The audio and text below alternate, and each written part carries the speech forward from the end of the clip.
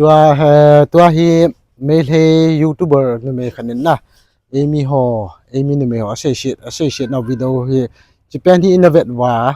ngai dan he lo la thu hi kan le do di hen tin hi chun bula pana top na skip lo ane innovate piding kitimin mail he ti han inoi she ma ta na hi lo apor impam e ho ball lo po engo wa no hon na ball ve no hon nei khat ve ti vin Japan chuna tua event wa chetan hin le do di hen tin mi tampin khut ka vai ho hi piam khut na vai then tuni khut kon vai gut lo di ni chun khut hi ka sakha wa kan so tu ma chetan le khan le do ho i pe la tu hin video chana ve ta Koki nupi jingi choiron lon ba hore e mogi choiron je hana ta toxico Koki Women's Union amadi Koki Women's Organization for Human gi makedigi Manipur thokli ba kangluk irang sida National Commission for Women's asan mirai naina thabak tawi hena moral sirakli mamang sai English ngani ga kun go humdo gi me ahum dagi Manipur tholakhiba kangluk irang sida Koki nupi kya ne ikai khumna ba mangu matamdana Koki nupi singbu tathi tawoina tawbada National Committee Women Ushinadi haina maral shiraduna National Commission for Women's ki Joint Secretary Asoli Salai ki Meketi ki Manipur ki DGP the jiribam ki thawdo ki marik sumba pikhatnaba demand tawkibadu yaning da phongtorakli Republican Party of India athawali ki wakachi rolamaga mari lainana Commission Manipur Police ki DGP da yathang pibi ki mota Commission sina kangluk irang sida awab nanglaba kangluk anima ki nupisingi issue sangmanana yang pamtoi politicals ithil da thabak to pamthokte maramsina nakal amatada misang sang batawdona kamisana thabak tawbiu masina taduna koki singi awaba thoksa dana laitholaga maikay amakhaki mating pangduna laitholaga di Koki Women's Union internationals interventions tawbinaba wakat panatana ate eto pamaram laite haiden su paus ta makhatana phongdorakli kana dana noina wakat lidubo namai de gaidro noge koki nupi ani khaki ha video viral oigiba naked video viral oigiba matamda Manipur je phong sana irang hogolakpa matam kuidriba adugi matamda Manipur da laiba maitei nupi kaya mana nupi amna nupi mu ikai khumna bo kadabani nupi gi izat bu ka chuleitana khanba yaroyana akhoi gi izati gi ipurup izati gi isa inau mayam do hojik su pharaga zel da lairiba thogloktriba thadoloktriba adugu mayam do akhoi darna phamdara nungaitaba phongdoktana nupi jing do ikai khumna bo utkiba akhoi maitei nupi kaya na Koki nupi gi duzu duga akhoi gi maitei ningon linthoi ngambi angang macha satri do adu mangma matamda nogi koki gi saite kari phongdor pa yawgi nogi koki nupi jingna kari hairak pa yawgi ge ngasi bo hairakte audagi hatoktana phong sariba jiribam da moi taruk legi dabado angang macha piktu yawraga moi taruk legi dabado adugi matamda angang nupi macha do rep kyarak no tawraga hatokpi leido ahal ani do kyarak no rep tawri do adugumba mayam do nogi koki gi saite gi koki nupi emo oina nupi mbu ikai khumna bo oina kari hairak pa yawgi ngasi bokta yawde noidi adugumdu ka shuleitana khalle nasana nupi ni habdo kok thokseiba nupi amna nupi amda karamba thogolon bebar utkani nupi amna nupi amda karmaina ikai khumna bo utkani habje noi khangdeba aduna nupi amagi izat se noina ka shuleitana khanmanina noigi wa kanana tabira kadaiba ngasi noina wakatliba wanomi batoiba mayamdu namaidu ikai dro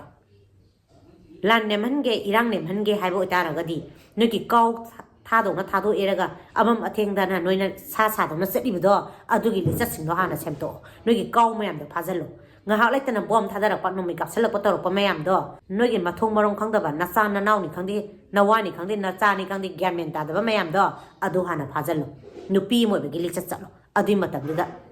irang ne makadabani khange ko ai haije gyantai ko salon de video jemu yong Janpur ge Anglo Koki war get a bomb thamjilam le hairi Susanpur ge Anglo Koki war get ta bom thamjalami kanana la thambi deiba moi masena thamnaba natana asaba war get to kanade leibagi mathau ta dena moi masena dum thugai do hona zabjane mingoda ga tainaru nuko noi masena dum thugai ga dabane kaino habadi sasanna ba get oiba aseng ba get oidaba Manipur da karam matamda koki gi la leigi ge ha tuga Anglo Koki war je karawai de leigi ge karam matamda leigi ge laite aduna sasanna ba war get oibani na ne Tugai na bahona rakpa noi masengi marakta yam sangna ngangwai ba dum taro da Manipur da dinga virus la e habji noi taro ro mayam ai juna hangai di ta de ko lak leirami adu zo mai teida na te ko atopa phurup ta na te ko koki da dinga virus la e video salom laina ji yorok pa moi dadi kaina ha badi atop pa mathong marong khang da lam dagi kaya ma khopsal lak pa do mi mayam ma gyan men ta da ba lam dagi pai chal lak pa mayam do adu gi dagi santorok poi bazani yam thu na la e moi dadi laina je akhoi dadi yorok ti dana Myanmaram dai khara pai chala ha Brahmaram dai khara pai chala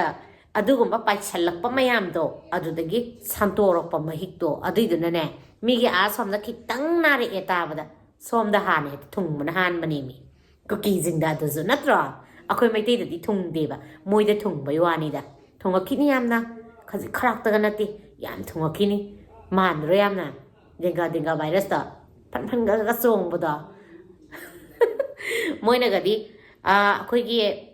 arambai tengol gi kai gi ichilina oibung ipa gai na gati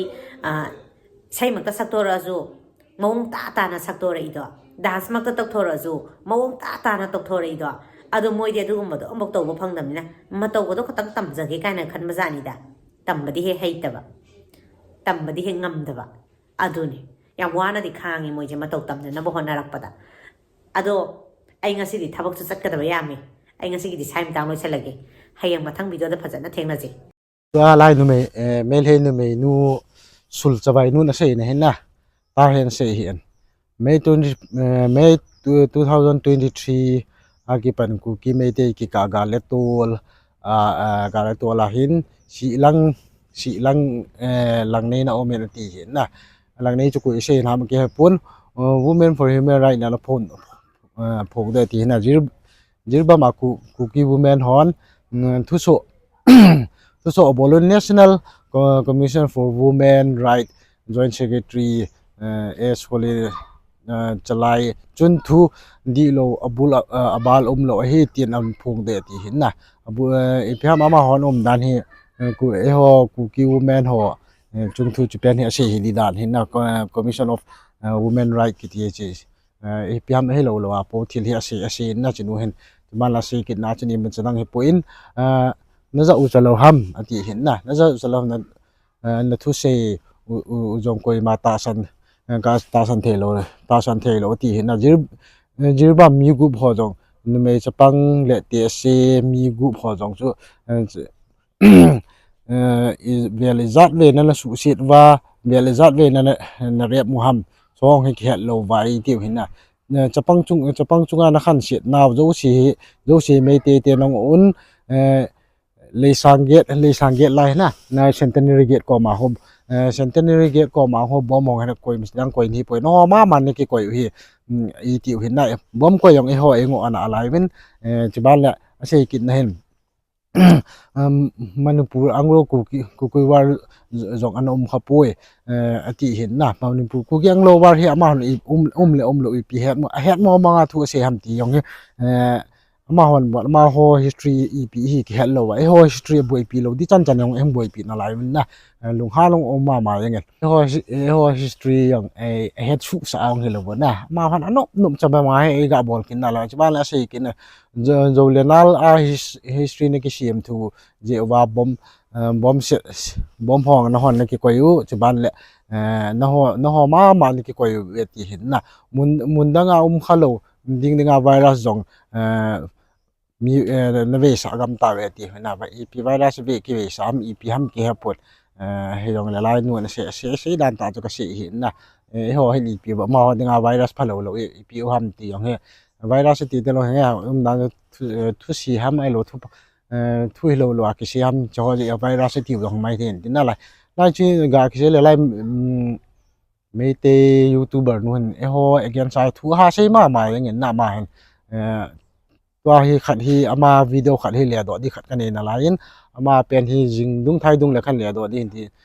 tunia dinga ga le the do chu chan chu hin tin ai bla pana top chala hen vet pi zo si chunga ki pa thu chen pha dang ki dan video ven ki mu to hom taw tin ayong le bon chan dam sia taw